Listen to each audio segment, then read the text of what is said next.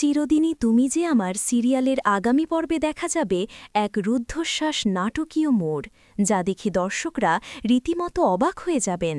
বন্ধুরা, ভিডিওটি ভালো লাগলে এবং সিরিয়ালের এমন সব আপডেট সবার আগে পেতে এখনই আমাদের চ্যানেলটি সাবস্ক্রাইব করে নিন। গল্পে দেখা যাবে অপর্ণার বাড়িতে পাড়ার কিছু কাকিমারা আসে এবং তারা নিজেদের বানানো নারকেল নাড়ু অপর্ণাকে খেতে দেয়।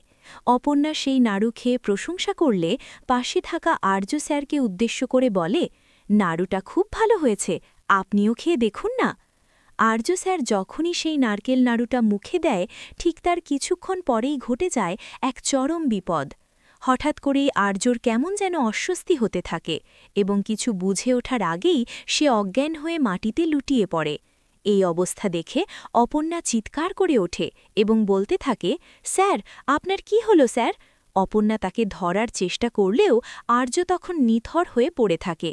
এখন প্রশ্ন হল, সেই নাড়ুতে কি কোনো বিষাক্ত কিছু মেশানো ছিল, নাকি এর পেছনে রয়েছে অন্য কারো গভীর ষড়যন্ত্র?